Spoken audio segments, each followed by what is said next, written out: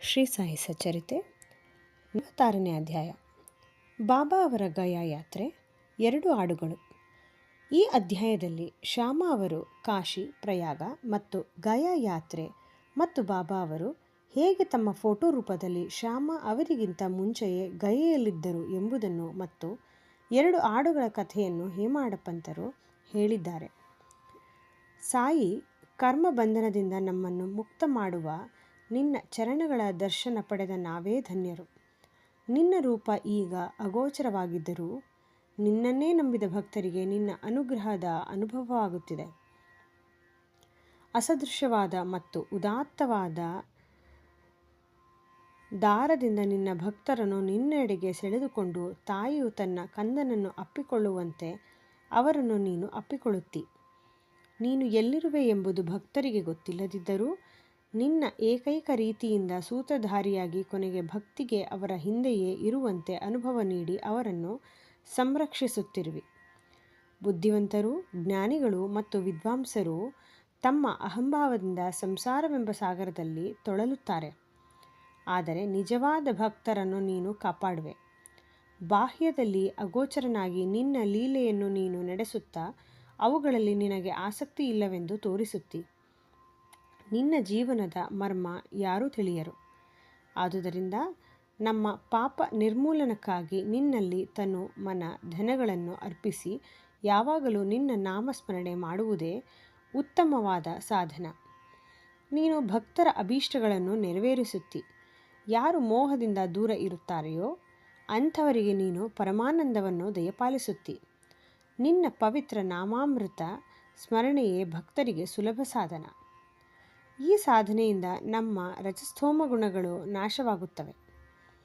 ಸತ್ವಗುಣ ಮತ್ತು ಧರ್ಮಬುದ್ಧಿಯು, ವಿವೇಕವು, ವೀತರಾಗವು ಜ್ಞಾನದ ಜೊತೆಗೆ ಉದ್ಭವಿಸುತ್ತವೆ. ಆಗ ನಾವು ಆತ್ಮೋನ್ಮುಖರಾಗುತ್ತೇವೆ. ಇದೇ ಗುರುವಿನಲ್ಲಿ ಮಾಡಬೇಕಾದ ಸಂಪೂರ್ಣ ಶರಣಾಗತಿ. ನಮ್ಮ ಮನಸ್ಸು ನಿರ್ಮಲವಾಗಿ ಶಾಂತಿ ಪಡೆಯುವುದೊಂದೇ ಇದಕ್ಕೆ ನಿದರ್ಶನ. ಈ ಶರಣಾಗತಿ, ಭಕ್ತಿ ಮತ್ತು ಜ್ಞಾನದ ಮಹತ್ವ ಅಪೂರ್ವವಾದುದು.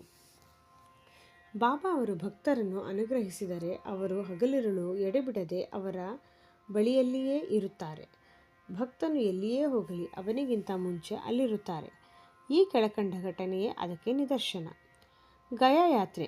ಕಾಕಾ ದೀಕ್ಷಿತ ಅವರಿಗೆ ಶ್ರೀ ಸಾಯಿಬಾಬಾ ಅವರ ಪರಿಚಯವಾದ ಸ್ವಲ್ಪ ದಿನಗಳ ನಂತರ ಅವರು ತಮ್ಮ ಜ್ಯೇಷ್ಠ ಪುತ್ರನಿಗೆ ಉಪನಯನವನ್ನು ನಾಗಪುರದಲ್ಲಿ ಮಾಡಬೇಕೆಂದು ನಿಶ್ಚಯಿಸಿದರು.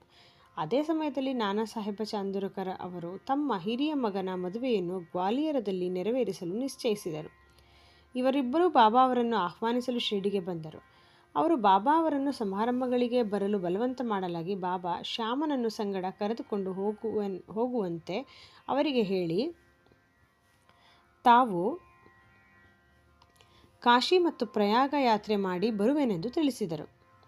ಬಾಬಾ ಅವರ ಅಪ್ಪಣೆ ಪಡೆದು ಶ್ಯಾಮ ಅವರು ನಾಗಪುರ ಮತ್ತು ಗ್ವಾಲಿಯರ್ಗೆ ಹೋಗಿ ಸಮಾರಂಭಗಳನ್ನು ಮುಗಿಸಿಕೊಂಡು ನಂತರ ಕಾಶಿ ಮತ್ತು ಪ್ರಯಾಗಕ್ಕೆ ಹೋಗಲು ನಿರ್ಧರಿಸಿದರು. ಅಪ್ಪ ಕೋತೆ ಅವರು ಕೂಡ ಶ್ಯಾಮ ಅವರ ಸಂಗಡ ಹೋಗಲು ನಿರ್ಧರಿಸಿದರು. ಇಬ್ಬರೂ ಉಪನಯನ ಸಮಾರಂಭಕ್ಕೆ ನಾಗಪುರಕ್ಕೆ ಹೋದರು. ಕಾಕಾ ಅವರು ಶ್ಯಾಮ ಅವರ ಖರ್ಚಿಗೋಸ್ಕರ 200 ರೂಪಾಯಿಗಳನ್ನು ಕೊಟ್ಟರು. ಅದಾದ ನಂತರ ಗ್ವಾಲಿಯರ್ಗೆ ಮದುವೆ ಸಮಾರಂಭಕ್ಕೆ ಹೋದರು. ಅಲ್ಲಿ ನಾನಾ ಸಾಹೇಬ ಚಾಂದೂರಕರ್ ಅವರು ಅವರಿಗೆ 100 ರೂಪಾಯಿಗಳನ್ನು ಕೊಟ್ಟರು.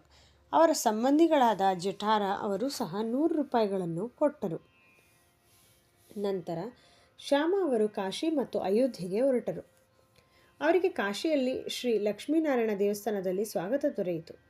ಅಯೋಧ್ಯೆಯಲ್ಲಿ ಶ್ರೀರಾಮ ಮಂದಿರದ ಜಠಾರ ಎಂಬ ಕಾರ್ಯನಿರ್ವಾಹಕರಿಂದ ಸತ್ಕಾರ ನಡೆಯಿತು. ಅಯೋಧ್ಯೆಯಲ್ಲಿ 21 ದಿನಗಳಿದ್ದು ಕಾಶಿಯಲ್ಲಿ 2 ತಿಂಗಳಿದ್ದು ನಂತರ ಗಯೆಗೆ ಪ್ರಯಾಣ ಬೆಳೆಸಿದರು.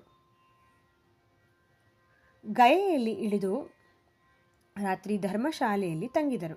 ಬೆಳಗಾಗುತ್ತಲೇ ಒಬ್ಬ ಗಯಾವಾಲ ಯಾತ್ರಿಕರಿಗೆ ವಸತಿ ಮತ್ತು ಊಟ ಸೌಕರ್ಯವನ್ನೊದಗಿಸುವ ಅರ್ಚಕ ಬಂದು ಯಾತ್ರಿಕರು ಎಲ್ಲರೂ ಆಗಲೇ ಹೊರಟಿದ್ದಾರೆ ಎಂದು ಹೇಳಿ ಇವರಿಗೆ ಕೂಡ ಹೊರಡಲು ಹೇಳಿದನು.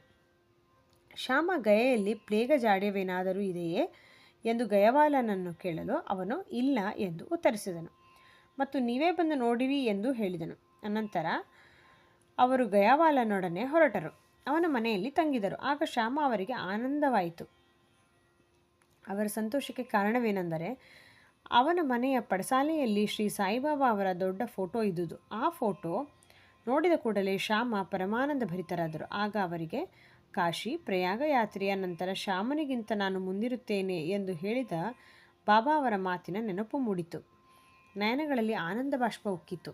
ರೋಮಾಂಚನವಾಯಿತು. ಕಂಠವು ಗದ್ಗದವಾಯಿತು. ಅವರಿಗೆ ಪ್ಲೇಗ ಹೆದರಿಕೆ ಆಗಿರಬಹುದು ಎಂದು ಗಯವಾಲ ಗಾಬರಿಯಾದನು. ಆಗ ಶ್ಯಾಮ ಅವರು ಈ ಫೋಟೋ ಎಲ್ಲಿ ದೊರಕಿತು ಎಂದು ಗಯವಾಲನನ್ನು ಕೇಳಲು ಅವನು ಮನಮಾಡ ಮತ್ತು ಪುಣ್ಯ ತಂಬೆಗಳಲ್ಲಿ ಗಯಾ ಯಾತ್ರಿಕರಿಗೆ ನೆರವು ನೀಡುವ ಸುಮಾರು 200ರಿಂದ 300 ಜನ ನನ್ನ ನೌಕರರಿದ್ದಾರೆ. ಅವರಿಂದ ಬಾಬಾ ಅವರ ಕೀರ್ತಿ ತಿಳಿಯಿತು. ಸುಮಾರು 12 ವರ್ಷಗಳ ಹಿಂದೆ ನಾನು ಬಾಬಾ ಅವರ ದರ್ಶನ ಪಡೆಯಲು ಶಿರಡಿಗೆ ಹೋಗಿದ್ದೆ. ಆಗ ನನಗೆ ಶ್ಯಾಮ ಎಂಬುವರ ಮನೆಯಲ್ಲಿ ತೂಗು ಹಾಕಿದ್ದ ಬಾಬಾ ಅವರ ಫೋಟೋದ ಮೇಲೆ ಆಶೆ ಹುಟ್ಟಿತು. ಬಾಬಾ ಅವರ ಅಪ್ಪಣೆ ಪಡೆದು ಶ್ಯಾಮ ಅವರು ಅದನ್ನು ನನ್ನ ಕೈಯಲ್ಲಿ ಇಟ್ಟರು. ಅದೇ ಈ ಫೋಟೋ ಎಂದರು. ಆಗ ಶ್ಯಾಮ ಅವರಿಗೆ ಎಲ್ಲವೂ ನೆನಪಾಯಿತು. ಗಯವಾಲ ನನ್ನ ಮನೆಗೆ ಬಂದಿರುವ ವ್ಯಕ್ತಿ ಶ್ಯಾಮ ಎಂದು ತಿಳಿದ ಮೇಲೆ ಆನಂದ ಭರಿತನಾದನು. ಅವರಿಬ್ಬರೂ ಬಹುಕಾಲ ಸಂಭಾಷಿಸಿದರು. ಗಯವಾಲ ಶ್ಯಾಮ ಅವರನ್ನು ಸಕಲ ಮರ್ಯಾದೆಗಳಿಂದ ಸತ್ಕರಿಸಿದನು. ಅವನು ಬಹಳ ಶ್ರೀಮಂತನಾಗಿದ್ದನು. ತಾನು ಪಲ್ಲಕ್ಕಿಯಲ್ಲಿ ಕುಳಿತು ಶ್ಯಾಮ ಅವರನ್ನು ಆನೆಯ ಮೇಲೆ ಕೂಡಿಸಿ ಅವರ ಸಕಲ ಅನುಕೂಲತೆಗಳನ್ನು ಗಯೆಯಲ್ಲಿರುವ ತನಕ ಪ್ರೀತಿಯಿಂದ ನೋಡಿಕೊಂಡನು. ಬಾಬಾ ಅವರ ಮಾತುಗಳು ಅಕ್ಷರಶಃ ಸತ್ಯವಾಗಿ ಅವರು ಹೇಳಿದಂತೆ ನಡೆಯುತ್ತದೆ ಎಂಬುದೇ ಈ ಕಥೆಯ ನೀತಿ. ಅವರು ಸಕಲ ಜೀವಿಗಳಲ್ಲಿಯೂ ಸಮಪ್ರೀತಿಯುಳ್ಳವರಾಗಿ ಅವುಗಳಲ್ಲಿ ಐಕ್ಯರಾಗಿದ್ದರು. ಈ ಕೆಳಗಿನ ಘಟನೆಯು ಇದನ್ನು ಸ್ಥಿರಪಡಿಸುತ್ತದೆ. 2 ಆಡುಗಳು. ಒಂದು ಸಾರಿ ಬಾಬಾ ಅವರು ಲೇಂಡಿ ತೋಟದಿಂದ ಹಿಂತಿರುಗಿ ಬರುವಾಗ ಒಂದು ಆಡಿನ ಹಿಂಡು ನೋಡಿದರು. ಅವುಗಳಲ್ಲಿ 2 ಮಾತ್ರ ಬಾಬಾ ಅವರನ್ನು ಆಕರ್ಷಿಸಿದವು. ಆಗ ಅವರು ಅವುಗಳ ಹತ್ತಿರ ಹೋಗಿ ಅವುಗಳನ್ನು ಮುದ್ದಾಡಿ 32 ರೂಗಳನ್ನು ಕೊಟ್ಟು ಅವುಗಳನ್ನು ತೆಗೆದುಕೊಂಡರು. ಭಕ್ತರಿಗೆ ಬಾಬಾ ಅವರ ಈ ವಿಚಿತ್ರ ರೀತಿ ಅರ್ಥವಾಗಲಿಲ್ಲ. ಆ 2 ಆಡುಗಳಿಗೆ ಹೆಚ್ಚೆಂದರೆ 8 ರೂಪಾಯಿ ಬೆಲೆ ಕೊಡಬಹುದು ಎಂದು ತಮ್ಮೊಳಗೆ ಪೆಸುಕುಟ್ಟಿದರು. ಆದರೆ ಯಾರಿಗೂ ಬಾಬಾ ಅವರನ್ನು ಕೇಳುವ ಧೈರ್ಯವಿರಲಿಲ್ಲ. ಬಾಬಾ ಅವರು ಸುಮ್ಮನಿದ್ದರು. ಶ್ಯಾಮ ಮತ್ತು ತಾತ್ಯಾಕೋತೆ ಅವರು ಧೈರ್ಯದಿಂದ ಬಾಬಾ ಅವರನ್ನು ಈ ಬಗ್ಗೆ ಪ್ರಶ್ನಿಸಿದರು. ಆಗ ಬಾಬಾ ತಮಗೆ ನೋಡಿಕೊಳ್ಳಲು ಮನೆ, ಮಠ ಅಥವಾ ಸಂಸಾರವಿಲ್ಲ. ಆದುದರಿಂದ ಹಣವನ್ನು ಕೂಡಿ ಹಾಕುವುದರಿಂದ ಪ್ರಯೋಜನವೇನೋ ಎಂದು ಕೇಳಿ ತಮ್ಮ ಸ್ವಂತ ಖರ್ಚಿನಿಂದ ಅವುಗಳಿಗೆ ತಿನ್ನಿಸಲು 4 ಸೇರು ಕಡಲೆ ತರಿಸಿ ಆಡುಗಳಿಗೆ ತಿನ್ನಲು ಹಾಕಿದರು. ಇದಾದ ನಂತರ ಅವರು ಆ ಆಡುಗಳನ್ನು ಅವುಗಳ ಮಾಲೀಕನಿಗೆ ಹಿಂತಿರುಗಿಸಿದರು. ಅನಂತರ ಆ ಆಡುಗಳಿಗೆ ಸಂಬಂಧಿಸಿದ ಪೂರ್ವಜನ್ಮದ ಕಥೆಯನ್ನು ಈ ರೀತಿ ಹೇಳಿದರು. ತಾತ್ಯ, ನೀವು ಈ ವ್ಯಾಪಾರದಲ್ಲಿ ನಾನು ಮೋಸ ಹೋದೆನೆಂದು ತಿಳಿದಿರುವಿರಿ. ಇಲ್ಲ, ನಾನು ಮೋಸ ಹೋಗಿಲ್ಲ. ಅವುಗಳ ಕತೆ ಕೇಳಿರಿ. ಅವು ಪೂರ್ವಜನ್ಮದಲ್ಲಿ ಮನುಷ್ಯರಾಗಿ ಅದೃಷ್ಟವಶಾತ್ ನನ್ನ ಸಂಗಡಿಗರಾಗಿದ್ದವು. ಅವರಿಬ್ಬರೂ ಸಹೋದರರಾಗಿದ್ದರು. ಬರುತ್ತಾ ಪರಸ್ಪರ ವೈರಿಗಳಾದರು. ಹಿರಿಯವನು ಸೋಮಾರಿ ಇದ್ದು ಕಿರಿಯವನು ಚುರುಕಾಕಿ ಇದ್ದು ಬಹಳ ಹಣ ಸಂಪಾದನೆ ಮಾಡುತ್ತಿದ್ದರು. ಹಿರಿಯವನು ಅತಿ ಆಸೆ ಉಳ್ಳವನಾಗಿ ಕಿರಿಯವನ ಎಲ್ಲ ಹಣವನ್ನು ನುಂಗುವ ಸಲುವಾಗಿ ಅವನನ್ನು ಕೊಲೆ ಮಾಡಲು ಯತ್ನಿಸಿದನು. ಅವರು ತಮ್ಮ ಸಂಬಂಧವನ್ನು ಮರೆತು ಜಗಳವಾಡಲು ಆರಂಭಿಸಿದರು. ಹಿರಿಯವನು ಕೊಲ್ಲುವ ಪ್ರಯತ್ನದಲ್ಲಿ ವಿಫಲನಾದನು.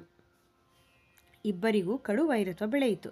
ಒಂದು ದಿನ ಹಿರಿಯವ ಸಮಯ ಸಾಧಿಸಿ ತನ್ನ ದೊಣ್ಣೆಯಿಂದ ಕಿರಿಯವನ ತಲೆಗೆ ಬಲವಾದ ಏಟು ಕೊಟ್ಟನು. ಕಿರಿಯವನು ಕೋಪಗೊಂಡು ಕೊಡಲಿಯಿಂದ ಹೊಡೆದನು. ಈ ರೀತಿ ಇಬ್ಬರು ಗಾಯಗೊಂಡು ಸ್ಥಳದಲ್ಲಿಯೇ ಮೃತಪಟ್ಟರು. ಆ ಕರ್ಮದಿಂದ ಅವರಿಬ್ಬರು ಈಗ ಆಡುಗಳಾಗಿ ಹುಟ್ಟಿರುತ್ತಾರೆ. ಅವು ಹೋಗುತ್ತಿರುವಾಗ ನಾನು ಅವರನ್ನು ಕೂಡಲೇ ಗುರುತಿಸಿದೆ. ಅವುಗಳ ನೆನಪಾಯಿತು. ಕನಿಕರದಿಂದ ಅವುಗಳಿಗೆ ಆಹಾರ ನೀಡಬೇಕೆಂದೆನಿಸಿತು. ಆದುದರಿಂದ ನನ್ನ ಹತ್ತಿರ ಇದ್ದ ಎಲ್ಲ ಹಣವನ್ನು ಖರ್ಚು ಮಾಡಿದೆ. ಅದಕ್ಕಾಗಿ ನೀವು ನನ್ನನ್ನು ದೂಷಿಸುತ್ತಿರುವಿರಿ. ನಿಮಗೆ ಈ ವ್ಯಾಪಾರ ಸರಿಯಾಗಿ ತೋರಲಿಲ್ಲ. ಆದ್ದರಿಂದ ಅವುಗಳನ್ನು ತಿರುಗಿ ಅವುಗಳ ಮಾಲೀಕನಿಗೆ ಕೊಟ್ಟೆ ಎಂದರು. ಶ್ರೀ ಸಾಯಿ ಪ್ರಣಾಮ.